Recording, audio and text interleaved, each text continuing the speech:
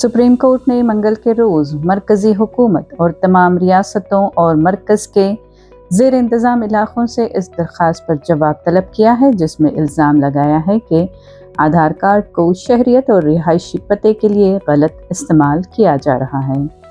दरख्वास्त में मुतालबा किया है कि आधार को सिर्फ शनाख्त के लिए ही रखा जाए और इसे शहरियत, एड्रेस या तारीख़ पैदाइश के सबूत के तौर पर इस्तेमाल करने पर पाबंदी लगाई जाए। और अदालत ने इस मामले पर तमाम मराकज़ और रियासतों को नोटिस जारी कर दिया है।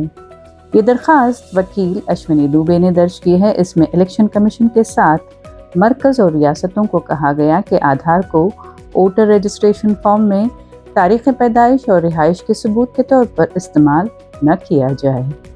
आधार को उम्र, रिहाइश और दीगर असनाद के सबूत के तौर पर स्कूल्स में दाखिले, जायदाद की खरीदो फरोख्त और वोटर रजिस्ट्रेशन जैसे मामलात में इस्तेमाल किया जा रहा है, जिससे मुबैना तौर पर गैर कानूनी तारिकीन वतन को सरकारी दस्तावेज़ हासिल करने का मौका मिल रहा है। लिहाजा मौजूदा वेरिफिकेशन मैकेनिज़्म काफ़ी नहीं है और मुनासिब दस्तावेज़ के बग़ैर अफराद के इलेक्शन डेटाबेस में शामिल होने का डर है। इसलिए इलेक्शन अमल के निज़ाम की मुकम्मल नई तश्कील का मुतालबा भी किया गया है। क्या आधार को सिर्फ आईडी प्रूफ तक महदूद होना चाहिए या इसे दूसरे सरकारी कामों में भी इस्तेमाल किया जाना चाहिए?